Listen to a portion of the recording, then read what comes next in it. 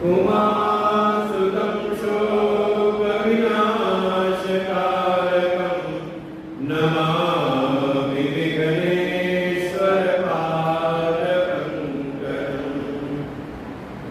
नारायणं नमस्कृत्य नरं चैव नरोत्तमं देवीं सरस्वतीं व्यासं ततो जयमुदीरये।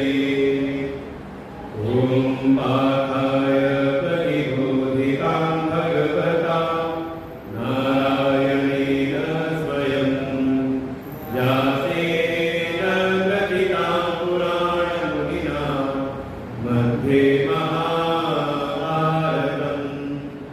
अद्वैतामृतवर्षिणीं भगवतीं अष्टादशाध्यायिनीं अम्ब तामनुसन्दधामि भगवद्गीते भवद्वेषिणीं। यं ब्रह्मा वरुणेन्द्ररुद्रमरुतः स्तुवन्ति दिव्यैस्तवैः वेदैः साङ्गपदक्रमोपनिषदैः गायन्ति यं सामगाः ध्यानावस्थिततद्गतेन मनसा पश्यन्ति यं योगिनो यस्यान्तं न विदुषुरासुरगणाः देवाय तस्मै नमः।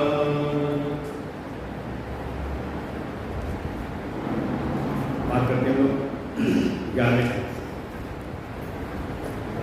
ये 10वां बात कर लेते हैं। श्री भगवानुवाच सह यज्ञः प्रजा सृष्ट्वा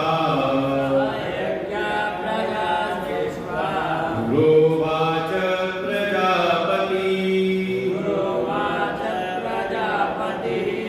तीसरे अध्याय का 10वां श्लोक। सह यज्ञः प्रजा सृष्ट्वा गुरोवाच प्रजापतिः अनेन प्रसविष्यध्वम् एष वोत्तिष्ठ कामधो देवान् भावयतानेन हे देवा भावयन्तु वः परस्परं भावयन्तः श्रेय परमवाप्स्यथ इष्टान् भोगान् हि वो देवा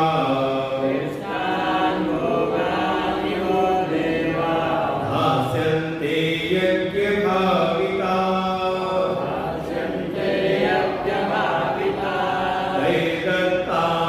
तैर्दत्तानप्रदायेभ्यो यो भुङ्क्ते तेन एव सः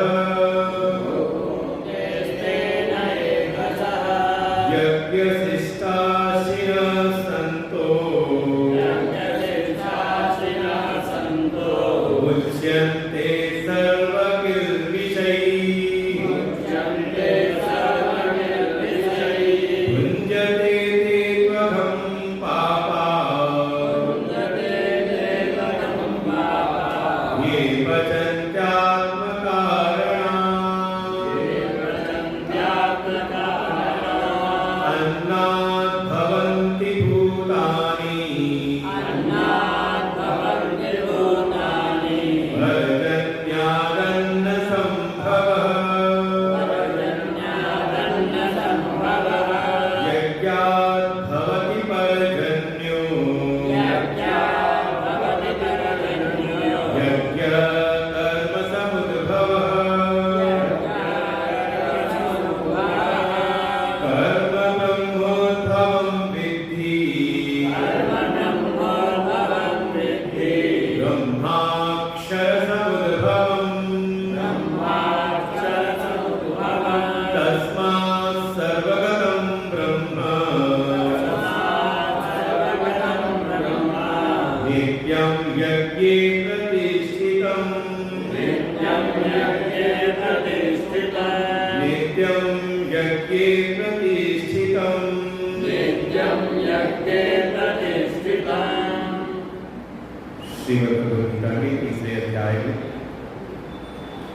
जैसा कि अर्जुन ने अपने प्रश्नों को भगवान के सन्मुख प्रस्तुत किया और परम श्रेय के मार्ग का वहाँ पर जिज्ञासा व्यक्त की, और जो मन में थी कि ज्ञान का मार्ग श्रेष्ठ है तो कर्म योग कर्म में उसको क्यों लगाते हैं।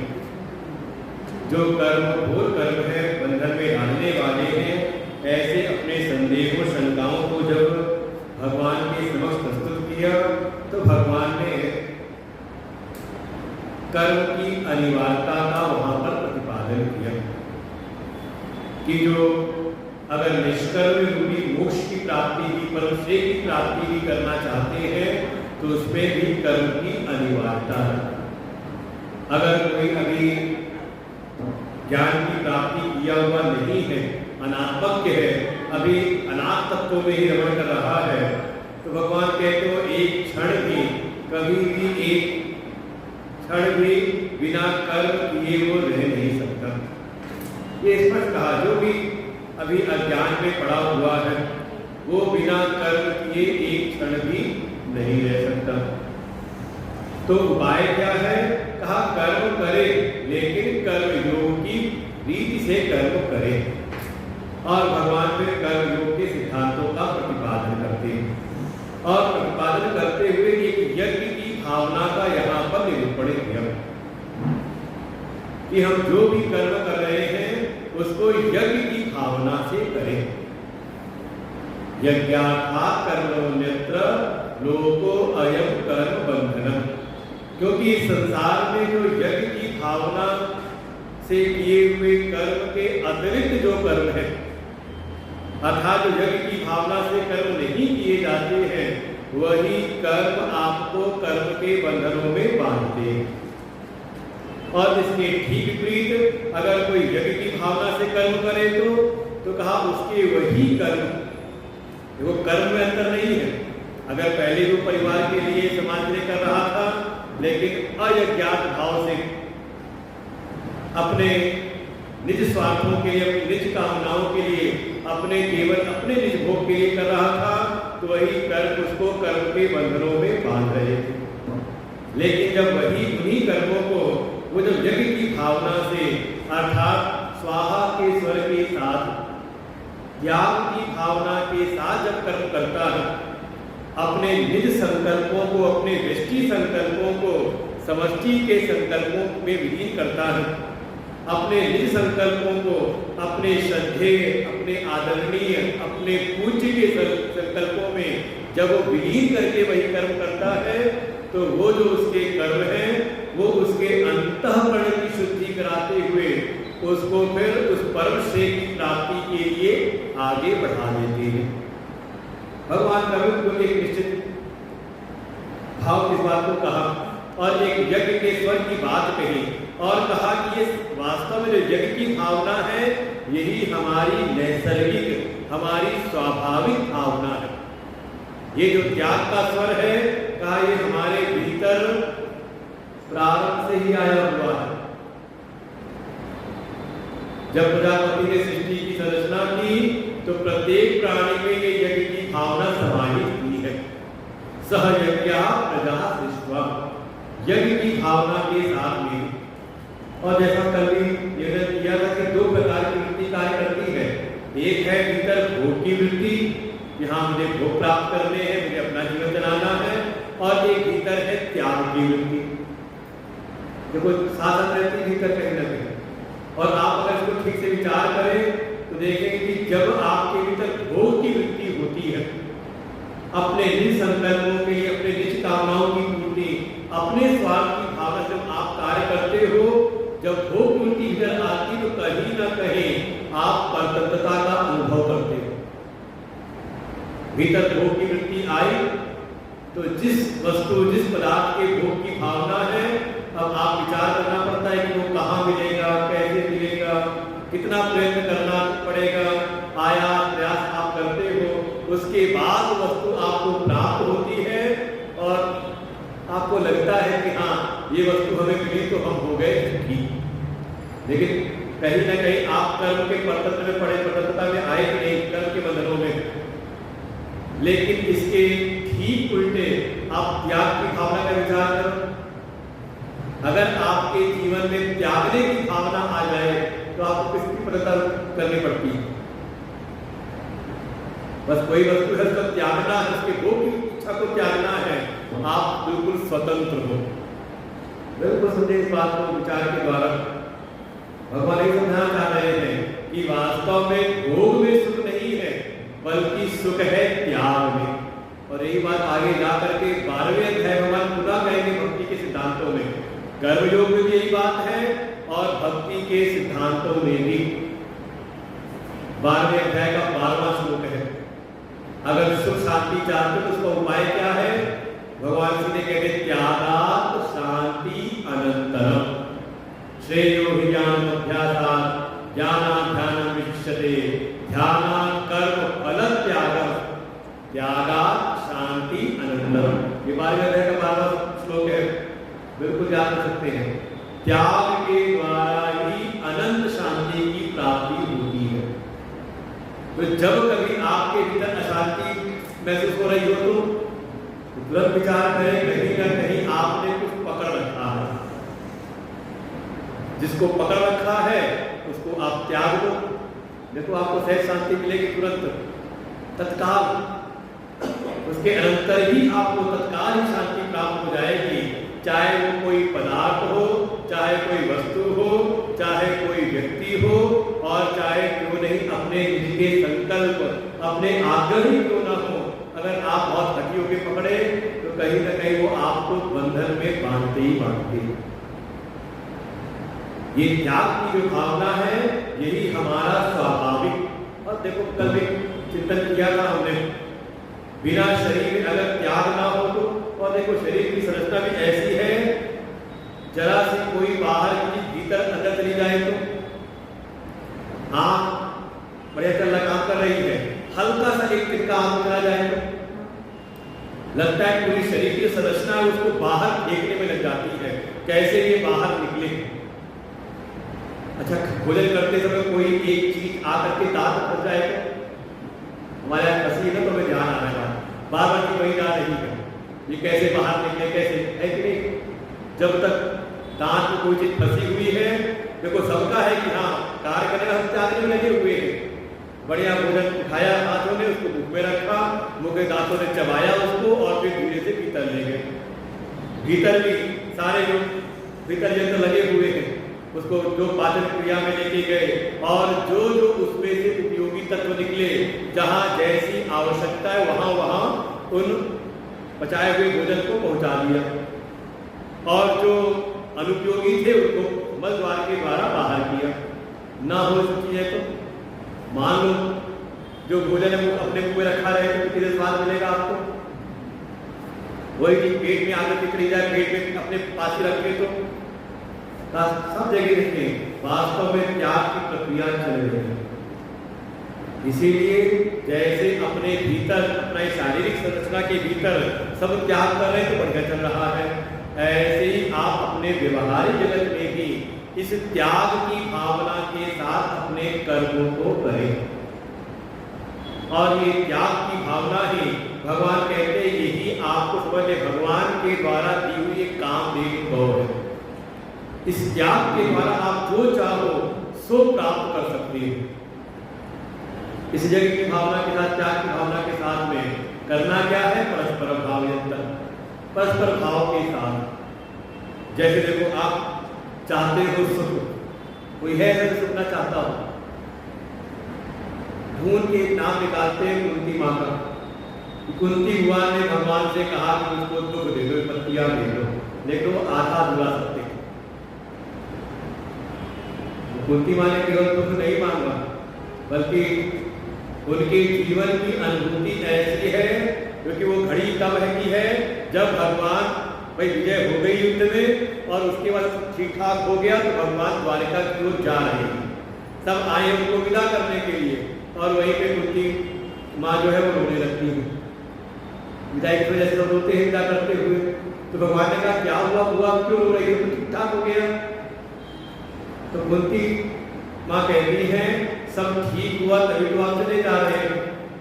तो भगवान ने कहा अच्छा ठीक है, कोई वरदान चाहे तो वरदान मांग लो। तब उन्होंने वरदान मांगा, विपदा संतना शाश्वत तत्व तत्व जगत गुरु। हे जगत गुरु, हे कृष्ण, अगर आपको कुछ देना ही है तो मुझको ऐसा वरदान दीजिए कि मुझको कदम कदम पर, पग पग पर मुझको विपत्तियां मिले। अरे सुन के सब हैरान हो गए।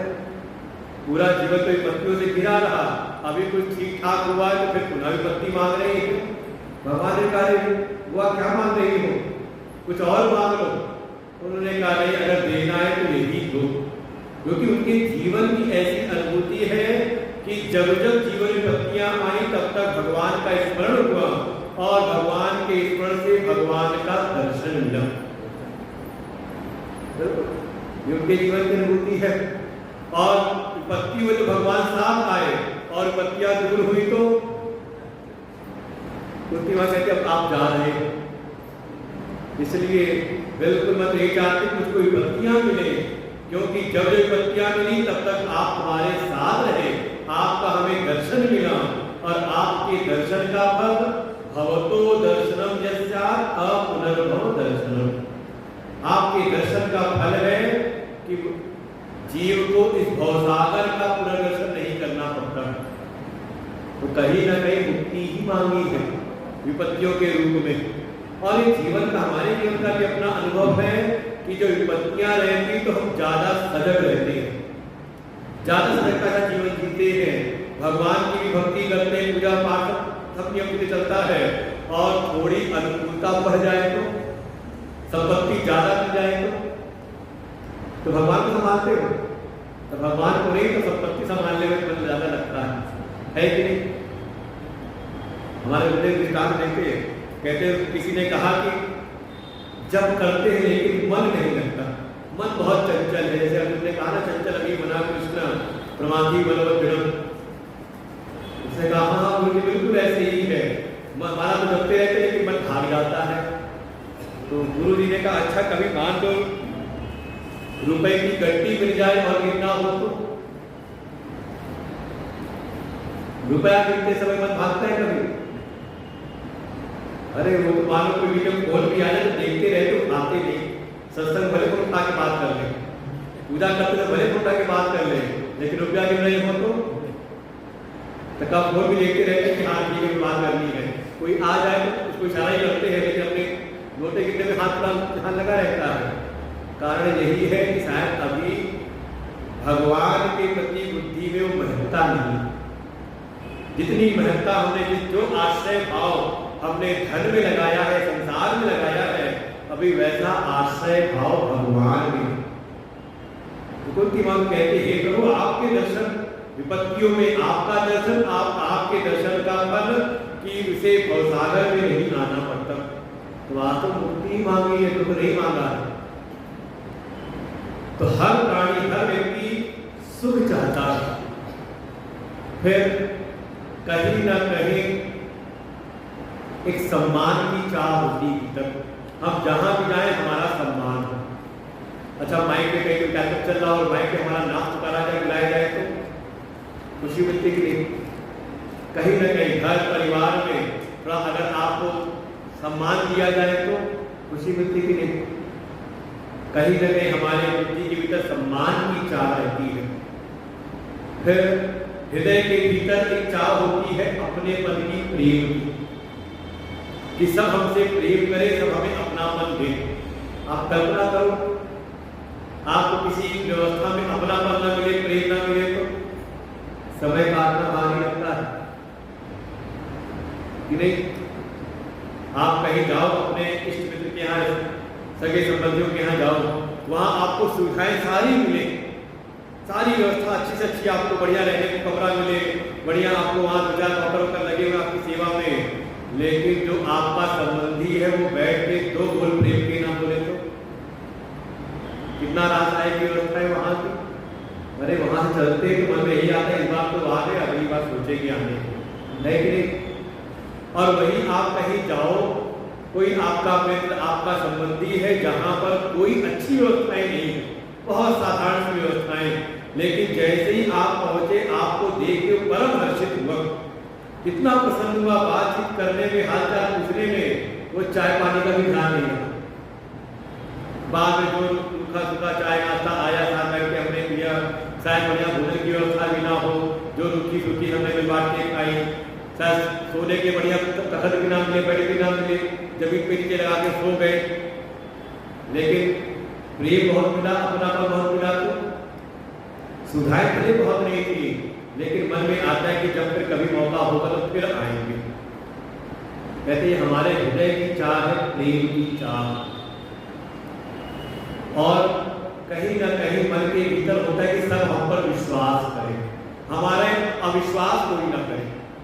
यहाँ तक कि आप ठग भी रहे हो किसी को तो चाह होते कि नहीं, भले हम छल कर रहे हैं किसी का, लेकिन फिर मन में क्या होता है कि हम पे विश्वास कर ले, हमारा छल भी सफल हो जाए। होता है कि नहीं, हम झूठ भी बोल रहे हो तो मन में क्या चाह होती है कि हाँ सामने वाला मेरी बात को विश्वास करे, मान ले किसी प्रकार से, बाकी जो आगे होगा तो देखा जाए। हम दूसरों से सहयोग चाहते हैं। देखो अब ये चीजें हैं, हम सुख चाहते हैं, हम प्रेम चाहते हैं, सम्मान की चाह रहती है, विश्वास की चाह, और ऐसे दूसरे के सहयोग की चाह रहती है। हर समय हमारे भीतर चाह है, और इसी का फिर प्रारूप बदल करके बहुत सारे लोगों में हो जाता है। लेकिन मूल में देखते 4-5 चीजें हैं। आप विचार करो, ये चीजें क्या आप अपने आप ले सकते हो? सुख चाहिए आपको, अपने आप सुख ले लो। आपको प्यास लगे और खुद जाके पानी खा के पीना पड़े तो सुख है उसमें? सुख तब है कि हमें प्यास लगी और हमने इशारा किया, कोई और ला करके हमारी सेवा कर दे, तो सुख है कि नहीं? सुख तब मिलेगा जब कोई दूसरा हमें देगा, अपने आप नहीं ले सकते आप सुख। अच्छा प्रेम ले सकते हो किसी का प्रेम जबरदस्ती? वो कहते हैं एक तरफा प्यार चलता है। क्या है का प्रेम भी ऐसा है जब कोई दूसरा आपको देगा तभी आपको मिलेगा, है कि नहीं? और न देना चाहे तो आप भी किसी को प्रेम न देना चाहो तो कुछ जबरदस्ती ले लेगा आप हृदय का प्रेम। भाई कोई ऐसा कार्य करे कि हमारा हृदय प्रसन्न हो तो उसको हम प्रेम करते हैं। ऐसे प्रेम भी कोई जबरदस्ती किसी से ले नहीं, कहा तो है लेकिन हम ले नहीं सकते। अच्छा सम्मान, मैं आऊं मंच पे अपने आप गले माला पहन लूं, हो जाएगा सम्मान? सम्मान तब है जब समाज के व्यक्ति बैठा हमारा सम्मान करे, तब कोई दूसरा मान सम्मान दे तो सम्मान मिलेगा, है कि नहीं? अपने आप हम ले नहीं सकते। ऐसे विश्वास भी जब तक सामने वाला तैयार नहीं होता विश्वास करने को, आप चाहे कितने भी तर्क दो, चाहे आप कितनी भी सफाई दो, सामने वाला विश्वास करने को तैयार नहीं होता। और ये आप अपने जीवन देख सकते हैं।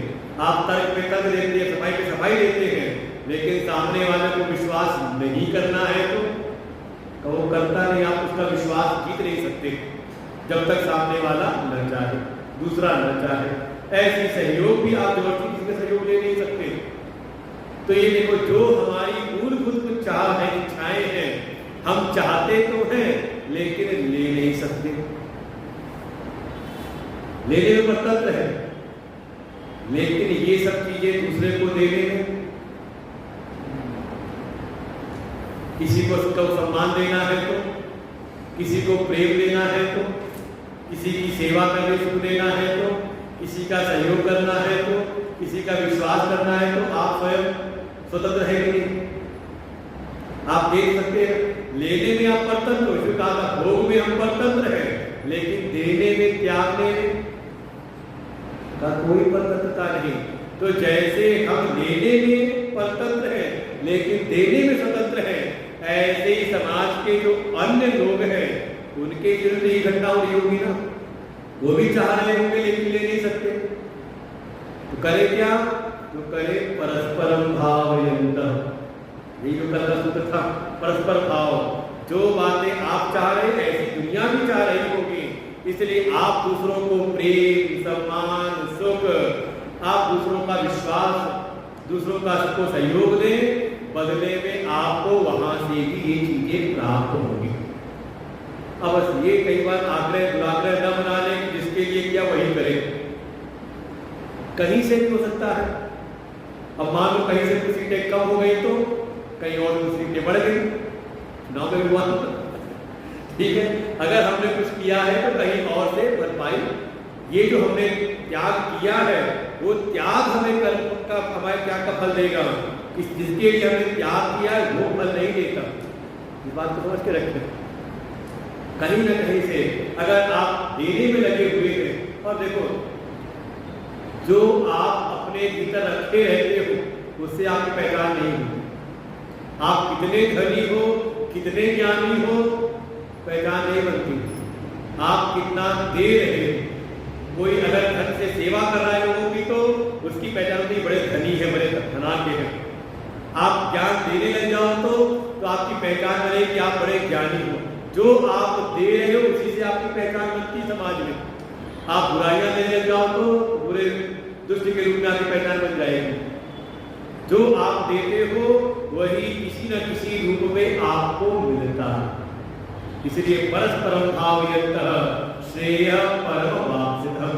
जो चीजें आप चाह रहे हो वो चीजें आप त्यागना शुरू करो। देखो अपने आप, अच्छा रुपया बढ़ाना है तो धन हमारे पास में है और धन को बढ़ाना हो तो तिजोरी बंद कुछ बढ़ जाएगा, कहा नहीं, उसको भी आपको निवेश करना पड़ता है। कहीं ना कहीं कार्य व्यापार में आपको लगाना पड़ता है, तब बढ़ता है ना, कि बिना लगाए बढ़ जाएगा। ऐसे ही अगर आपको परम से ही अपना परम कल्याण करना है तो आप त्याग का जीवन जिए। जो आप देखे हो, देखो बिल्कुल ये जो प्रकृति है ना, इसका एक स्वभाव समझें। ये प्रकृति किसी का कुछ भी रखती नहीं, सृष्टि का एक स्वभाव है प्रकृति का। आप यहाँ जो देते हो वही कई गुना बढ़ करके आपको मिलता है। वो एक नियम है ना न्यूटन का, तीसरा नियम, every action is equal and opposite reaction. ये बिल्कुल जीवन में दिखाई देता है, अगर आप महसूस करें तो। इस संसार में आप जो देते हो वही कई गुना बढ़ करके आपको प्राप्त होता है। कथा में हम सुनते हैं कि दशरथ जी ने जब वो राजकुमार थे, विवाह भी नहीं हुआ था, और एक समय शब्द भेदी बाण चलाया था। शिकार करने गए थे, नदी के किनारे शब्द भेदी बाण चलाया, किसको लगा? कहा श्रवण कुमार को। बदले में कौन को दोष शब्द भेदी बाण सुनने पड़े थे। चलाया कब था? कहा जब राजकुमार थे। और खुद कब मिले उसके पलट करके? कहा जब 4 पुत्र हो गए। और देखिए आध्यात्मिक पक्ष का समझने का प्रयास करें। बाण था शब्द भेदी, जो शब्द को भेद दे। और शब्द किसको भेजता है? किसको भेजा उसने? कहा श्रवण कुमार। ये श्रवण इंद्रिय है ना। तो ऐसे ही आप अगर किसी को कुछ ऐसे कटु शब्द बोलते हैं, शब्द भेदी बाण चलाते हो, तो आप बिल्कुल तैयार रहो कि बदले में आपको भी कहीं ना कहीं से आपको वापस मिलेगा ही मिलेगा। इस प्रकृति में, आप पृथ्वी माँ में आप एक मुट्ठी अनाज फेंकते हो, एक मुट्ठी अन्न आप डालते हो, बदले में का वो कई गुना बढ़ करके प्राप्त होता है। बिल्कुल सृष्टि का ये नियम है।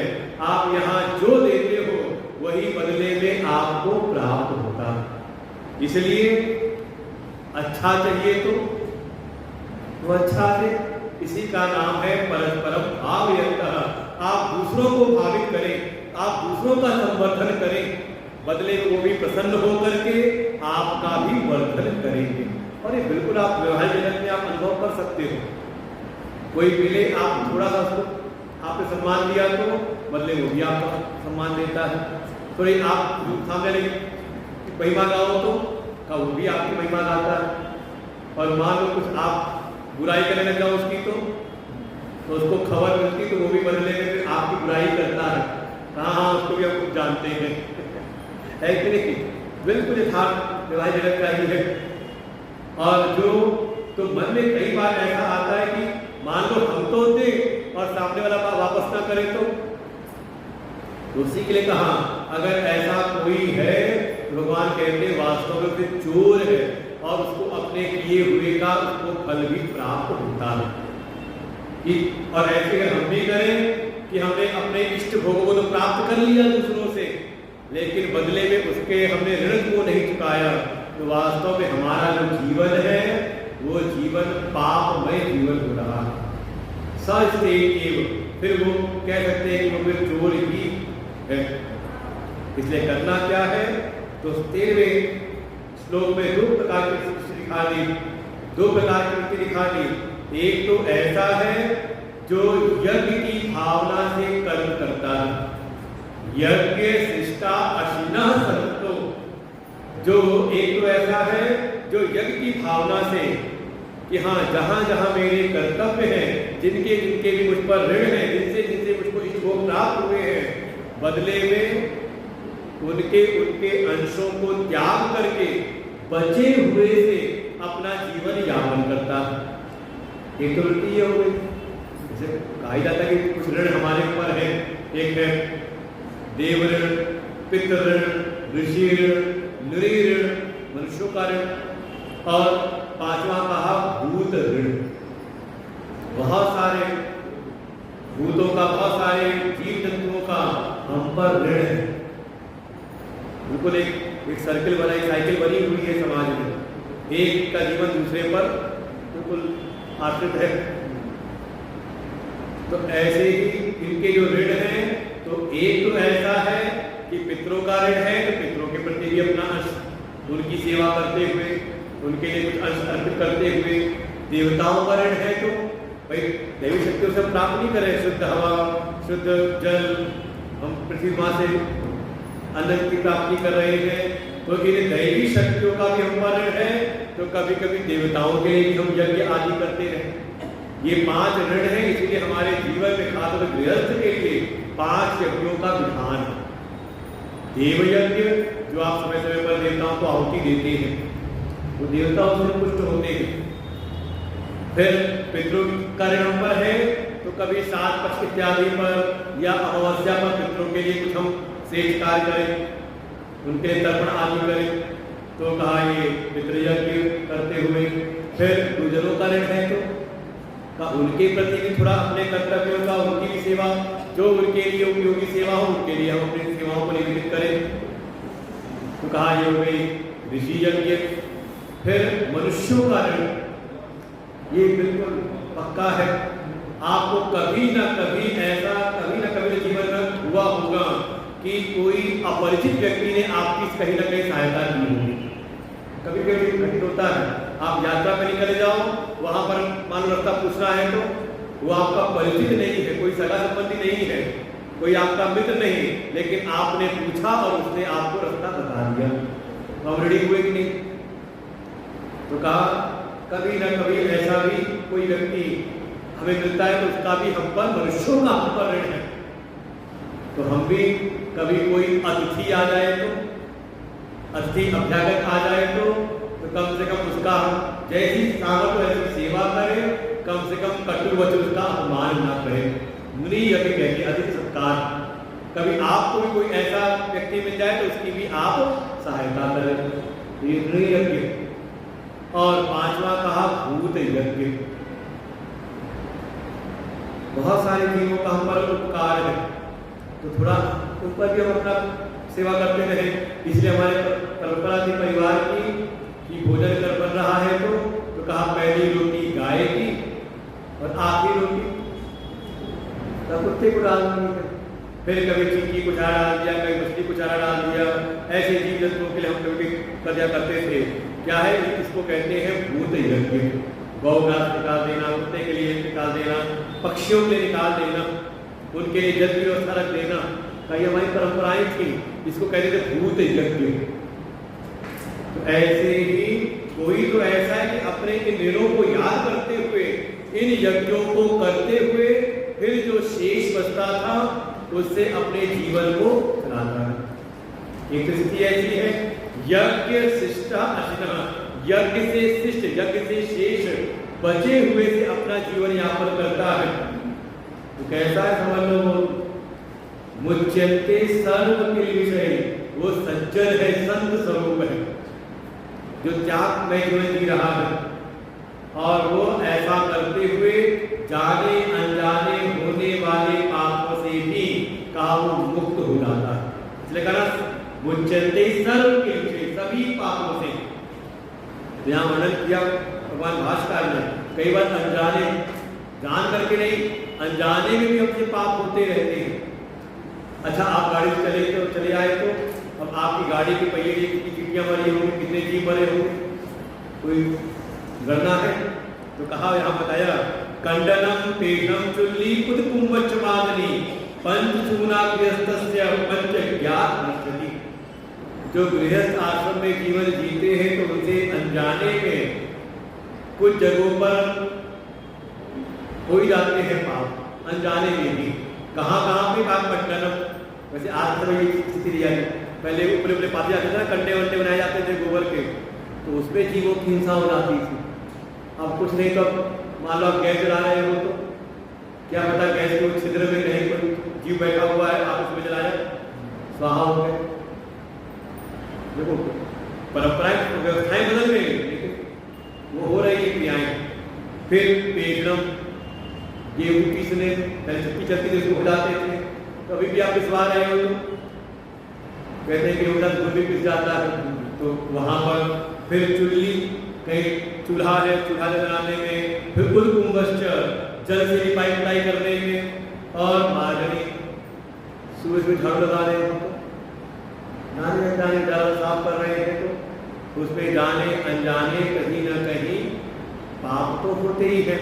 लेकिन अगर कोई अपने गृहस्थ जीवन में इन 5 यज्ञों को नियम से करता रहे, देव यज्ञ, पितृयज्ञ, ऋषि यज्ञ, भूत यज्ञ और मुनि यज्ञ। ऋषि यज्ञ में ये सत्संग स्वाध्याय जो आप निरंतर कर रहे हैं, ये ऋषि यज्ञ है। कम से कम जो ऋषियों की धरोहर है, शास्त्र है, उनको हम स्वाध्याय तो करें, उनका अध्ययन तो करें, केवल पूजा करने में रखने के लिए नहीं है कि पंडित जी गुरु आया उसका पाठ करवा दिया। कम से कम उनका हम स्वाध्याय करें और उसका प्रचार प्रसार करें, ये ऋषि यज्ञ है। तो जो ये 5 यज्ञों जीवन में करता रहता है, वो जाने अनजाने हुए भी जो पाप हैं, उन पापों से भी कहा वो मुक्त हो जाता है। अर्थात वो परम शुद्ध होकर के, उसका अंतःकरण शुद्ध तक प्राप्त होकर के कहा वो ज्ञान का पात्र बन जाता है। लेकिन इसके अतिरिक्त कोई ऐसा भी है जो इसको नहीं मानता, उसका जीवन कैसा है? कहा ये पचंती आत्म कारणात्, जिसको ये सारे ऋण समझ में नहीं आते, ना पिता के प्रति, ना पितरों के प्रति है, ना देवताओं के प्रति, ना ऋषियों के प्रति, ना किसी मनुष्य के प्रति, ना ही किसी भूत के प्रति, उसका ऐसा कोई भाव नहीं। वो तो बस यही समझता है कि अपना कमाओ अपना खाओ। पचंती आत्म कारणात्, केवल उसका जो सारा पुरुषार्थ है, परिश्रम है, वो केवल अपने भोग के लिए है। तो क्या करता है वो? तो कहा वास्तव में भुंजते ते तु अघम, फिर वो समझ लो वो पाप ही कमा रहा है और पाप ही खा रहा है। इसीलिए वो कौन है? कहा पापा। पापा माने पापी, पाप आत्मा है, वो वास्तव में जाने अनजाने में पाप ही कमा रहा है। इसलिए कम से कम ये त्याग की भावना, यज्ञ की भावना हमेशा हमारे भीतर बनी है। त्याग के साथ में जीवन जिए, वही विशेषता को प्राप्त होता है जो इस यज्ञ की भावना का जीवन जीता है। अगला भगवान जो प्रसंग प्रारंभ करते हैं, ये जो कर्म की अनिवार्यता भगवान बार बार जोर दे रहे हैं कि कर्म करना अनिवार्य है। जो अभी अनात्मक है, जो आत्मज्ञानी नहीं हुआ, उसके लिए कर्म अनिवार्य है। क्यों अनिवार्य है? तो भगवान कहते हैं इसलिए भी अनिवार्य है क्योंकि ये जो सारा सृष्टि का एक जो चक्र चल रहा है वो कर्म पर ही आधारित है। और एक नया सृष्टि चक्र भगवान यहाँ दिखाते हैं। बड़े प्रसिद्ध श्लोक है यहाँ के जो श्लोक, अन्नात् भवन्ति भूतानि पर्जन्यादन्न संभवः यज्ञात् भवति पर्जन्यो यज्ञ कर्म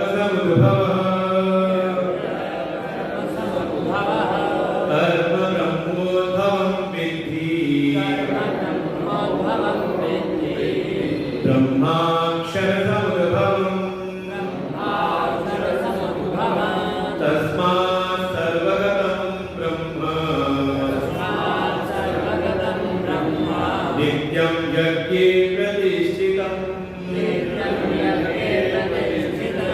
अन्नात् भवन्ति भूतानि पर्जन्यात् अन्नसम्भवः यज्ञात् भवति पर्जन्यो यज्ञः कर्म समुद्भवः कर्म ब्रह्मोद्भवं विद्धि ब्रह्माक्षर समुद्भवम् तस्मात् सर्वगतं ब्रह्म नित्यं यज्ञे प्रतिष्ठितम्।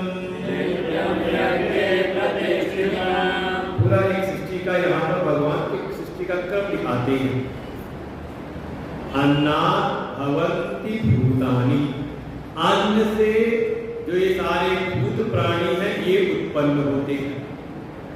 क्योंकि ये बिल्कुल वास्तविकता है। माता पिता ने अगर अन्न ना खाया होता तो उसे रेत पीत इत्यादि ना बनता तो प्राणी की उत्पत्ति ना होती। तो अन्न से हम सब भूतों की उत्पत्ति होती है। फिर ये अन्न का अन्न होते हैं वर्षा, पर्जन्यात् अन्न संभव। वर्षा ना हो तो अन्न की उत्पत्ति नहीं होती। कोई कह रहे हम ट्यूबवेल से सींच लेंगे तो ट्यूबवेल में जल है वो, जहाँ समय से वो वर्षा नहीं होती धीरे धीरे ट्यूबवेल भी सूख जाता है। और बिल्कुल ये दिखाई देता संसार में।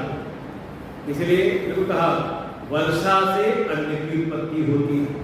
पर्जन्यात् अन्न संभव, पर्जन्यात् अर्थात वर्षा से का अन्न की उत्पत्ति होती है। अच्छा वर्षा कैसे होती है? तो कहा यज्ञात् भवति पर्जन्यो। ये हमारा बिल्कुल शास्त्रीय सिद्धांत है, वैदिक सिद्धांत है। यज्ञ से ही वर्षा होती है। यह कथा याद आ रही थी भागवत जी में। एक समय ब्रजवासी कहते हैं इंद्र के लिए यज्ञ कर रहे थे, तैयारी कर रहे थे कि हम यज्ञ करेंगे तो इंद्र प्रसन्न होकर के वर्षा करेगा। भगवान ने उलट पलट कर दिया था उस समय घटना पर। लेकिन ये वास्तविकता है, यज्ञ के द्वारा ही वर्षा होती है। ये शास्त्रीय सिद्धांत है। तात्पर्य यही है कि यज्ञ के द्वारा जो आप आहुति देते हैं वो आहुति जाकर के देवताओं को पुष्ट करती है। वो आहुति जाकर के आप समझ लें जो अग्नि के देवता उनमें वो आपने आहुति दी और वो ले जाकर के सूर्य देवता को पुष्ट किया। फिर वो पुष्ट में तो उन्होंने अपनी रश्मियां प्रकट की और रश्मि जब प्रकट हुई तो कहा जो भी जल के स्रोत हैं उनका वाष्पीकरण हुआ, उससे बने बादल और फिर वो बरसते हैं। तो ये सिद्धांत है, हमने विज्ञान पढ़ा था, ये हमारे अध्यात्म में है। हमारे पुराणों में वर्णन दिया हुआ है। अग्नौ प्रस्तावति सम्यक् आदित्यं प्रतिष्ठते आदित्यात् जायते वृष्टि वृष्टि अन्नं ततः प्रजा। ये हमारी मनुस्मृति का श्लोक है। मनुस्मृति वर्णन किया है बात को कि यज्ञ में दी गई आहुति वो जाकर के सूर्य में आदित्य में स्थापित होती है और आदित्य पुष्ट होकर के कहा वो फिर उससे वही है गर्मी बढ़ी तो वाष्पीकरण हुआ, उससे फिर बादल बने और बादल से वर्षा होती है और उस वर्षा से अन्न की उत्पत्ति। तो यज्ञात् भवति पर्जन्यः, जो वर्षा हुई वो यज्ञ से। तो यज्ञ कैसे हुए? तो कहा यज्ञ कर्म समुद्भवः, ये यज्ञ होता है कर्म से उत्पन्न। अच्छा कोई कर्म करेगा तो यज्ञ होगा? भाई किसी ने कोई क्रिया की तब तो यज्ञ हुआ ना उससे उत्पन्न। तो यज्ञ उत्पन्न होते हैं कर्म के द्वारा। फिर ये कर्म का कर्म ब्रह्मोद्भवं विद्धि, कर्म को आप ब्रह्म से उत्पन्न जाने।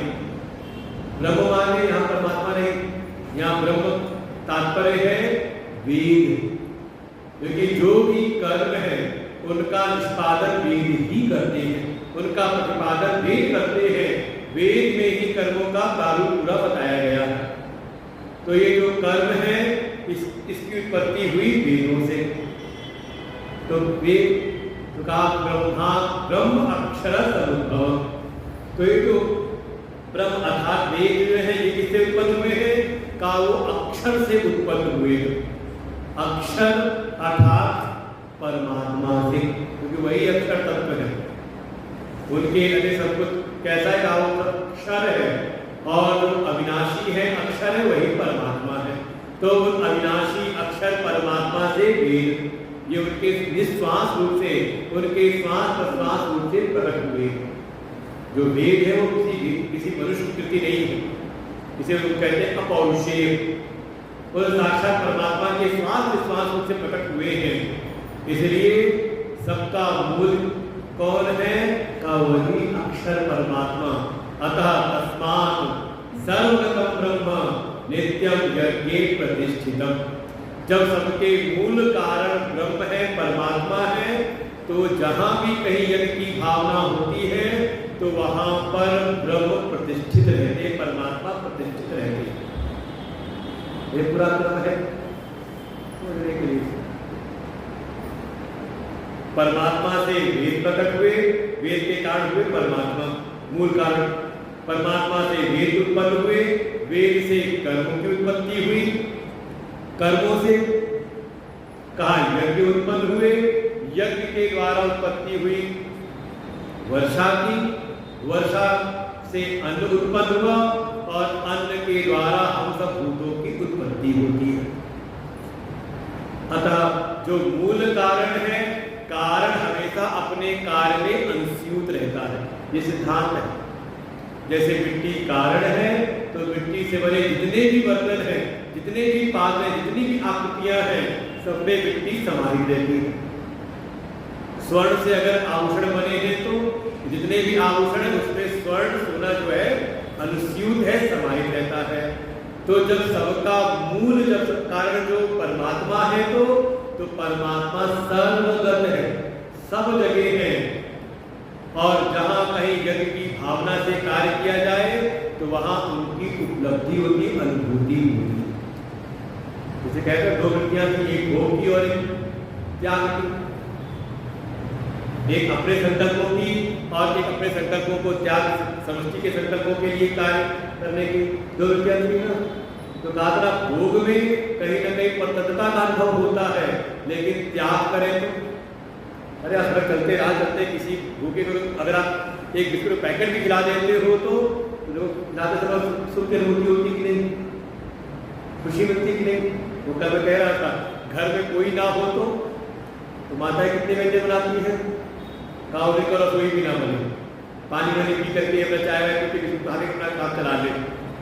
लेकिन जब चार लोग इकट्ठे हो गए, परिवार इकट्ठा हुआ, चार मेहमान और आ गए तो कहीं ना कहीं खिला करके मन प्रसन्न होता है। तो क्या हुआ? त्याग, जिसमें आपने त्याग की वृत्ति की तो मन में प्रसन्नता हुई कि नहीं, सुख हुआ कि नहीं। परमात्मा का स्वरूप क्या है?